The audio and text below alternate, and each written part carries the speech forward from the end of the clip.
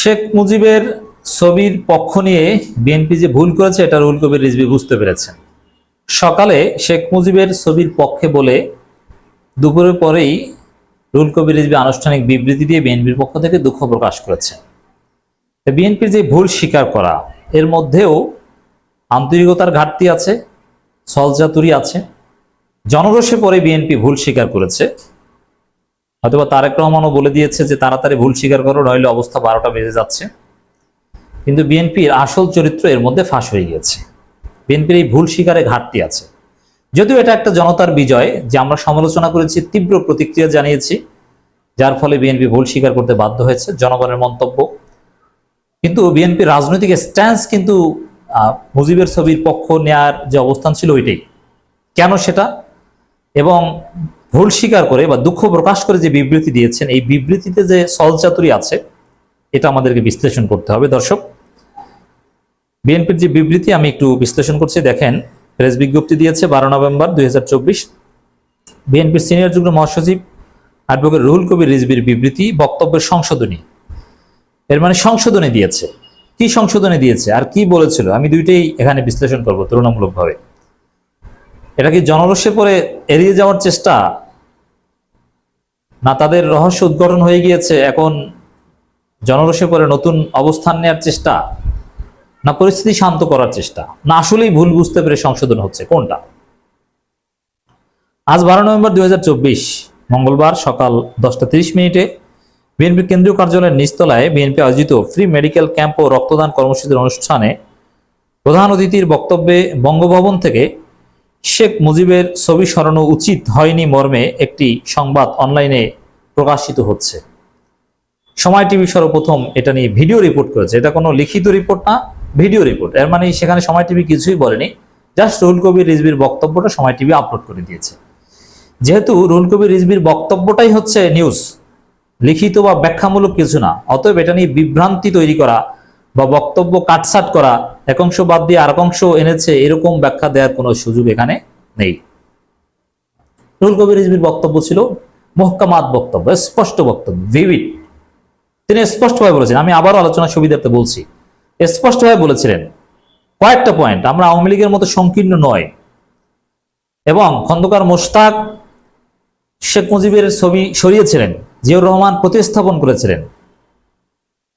অতএব বিএনপি শেখ মুজিবের ছবি সরানোর পক্ষে নয়, ছবি রাখার পক্ষে। এবং শেখ মুজিব ভালো খারাপ যাই হোক, তার অবদান তো অস্বীকার করা যাবে না, ইতিহাসে তার অবদান আছে, মুক্তিযুদ্ধ করেছেন, তার নামে যুদ্ধ হয়েছে। অতএব তাকে এভাবে মাইনাস করার পক্ষে বিএনপি নয়। রুহুল কবির রিজভীর স্পষ্ট অবস্থান ছিল এটা। এবার কি বলেছে দেখেন,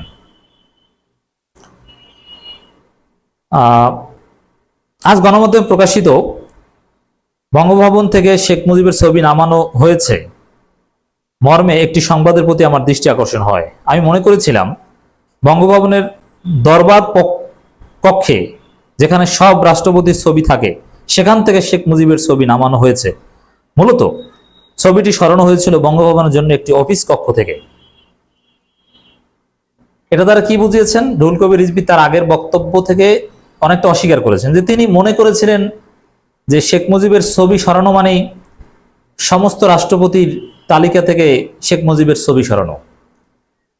আসলে কি তিনি এটা মনে করেছিলেন? না, এরকম কথা তো কোথাও হয়নি, আপনি মনে করবেন কেন? আসলে তিনি সেটা মনে করেননি, তিনি নিজেও জানেন।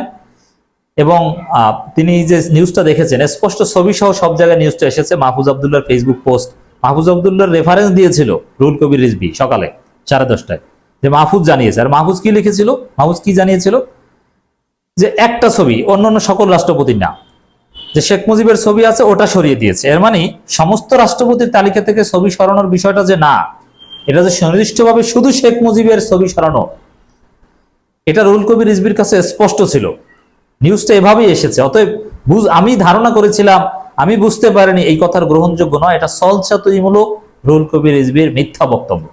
রুহুল কবির রিজভীর এই যে শেষে যে বক্তব্য দিলেন, এটা গ্রহণযোগ্য নয়। তিনি জেনে শুনে বক্তব্য দিয়েছিলেন। এবার আসেন, রিজভী যে এবার মিথ্যা কথা বলেছেন, তিনি ধারণা করেছিলেন যে শুধু রাষ্ট্রপতি তালিকা থেকে শেখ মুজিবের ছবি সরানো হয়েছে, এই কথাটা যে ঠিক নয়, তার প্রমাণ কি জানেন? রাষ্ট্রপতি তালিকা থেকে তো ছবি চাইলেও সরানো যায় না, সেটা সরানো না সরানো নিয়ে তো কোনো বিতর্ক হওয়ার কথা না, এটা তো জানেন। আর এরকম কোনো বিষয় না, এটা নিয়ে কোনো কথাই হয়নি। এটা আন্দাজে কেন এনেছেন যে রাষ্ট্রপতির তালিকা থেকে? দর্শক দেখেন, খন্দকার মোশতাক শেখ মুজিবের ছবি সরিয়েছিল, আর জিয়াউর রহমান ছবি এনেছে। খন্দকার মোশতাক কিসের ছবি সরিয়েছিল? উত্তর হচ্ছে খন্দকার মোশতাক শেখ মুজিবের সমস্ত ছবি সরিয়ে ফেলেছিল। অতএব কোন ছবি মিন করেছেন রুহুল কবির রিজভী, এই খন্দকার মোশতাকের উদাহরণের মধ্য দিয়েও এটা স্পষ্ট হয়েছে। অতএব রিজভীর বক্তব্য সঠিক নয়। যে আমি মনে করেছিলাম যে বঙ্গভবনের দরগার পক্ষে সেখানে সব রাষ্ট্রপতি ছবি থাকে, সেখান থেকে শেখ মুজিবের ছবি, অথচ এটা নিয়ে কোনো আলোচনা হয়নি। স্পষ্ট মাহফুজ আবদুল্লাহর পোস্টে দুইটা ছবি দেওয়া ছিল। মূলত ছবিটি সরানো হয়েছিল বঙ্গভবনের জন্য একটি অফিস কক্ষ থেকে।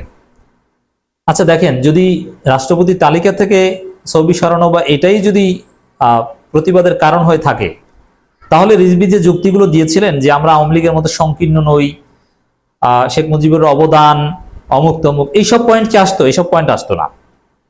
শেখ মুজিবের প্রশংসা করা দরকার হতো না। রাষ্ট্রপতি খারাপ হলো, তার ছবি কেন থাকবে? তার তালিকা তো থাকতেই পারে। সে খন্দকার মোশতাক হলো তো সমস্যা নাই, তার তালিকা তো সরানোর কিছু নেই। নেগেটিভ অর্থ হলো তার তালিকা থাকবে। শেখ হাসিনার ফেসিবাদী শাসনে শেখ মুজিবের ছবি রাখার বাধ্যতামূলক আইন করা হয়েছে। ফেসিবাদী আইনের কোনো কার্যকারিতা থাকতে পারে না। অফিস আদালত সবাই দুঃশাসনের চিহ্ন রাখা উচিত নয়। অনাকাঙ্ক্ষিত বক্তব্যের জন্য আমি দুঃখিত। মানে এখানে এসে আসলে তার আগের অবস্থান থেকে ফিরে এসেছেন। তা ফিরে এসেছেন ভালো, কিন্তু একটু মিথ্যা সহজাতির আশ্রয়টা না নিলে ভালো হতো না? যে ভাই আমি আমার অবস্থান থেকে ফিরে এসে শেখ মুজিবের ছবি কোথাও থাকা উচিত না, কথা ক্লিয়ার।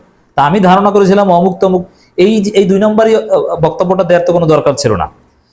যাই হোক দর্শক, আসলে বাস্তবতা হচ্ছে বিএনপি অবস্থান নিয়েছিল। রুহুল কবির রিজভী বুঝে শুনেই বলেছিলেন, বিএনপির স্ট্যান্স থেকেই বলেছিলেন।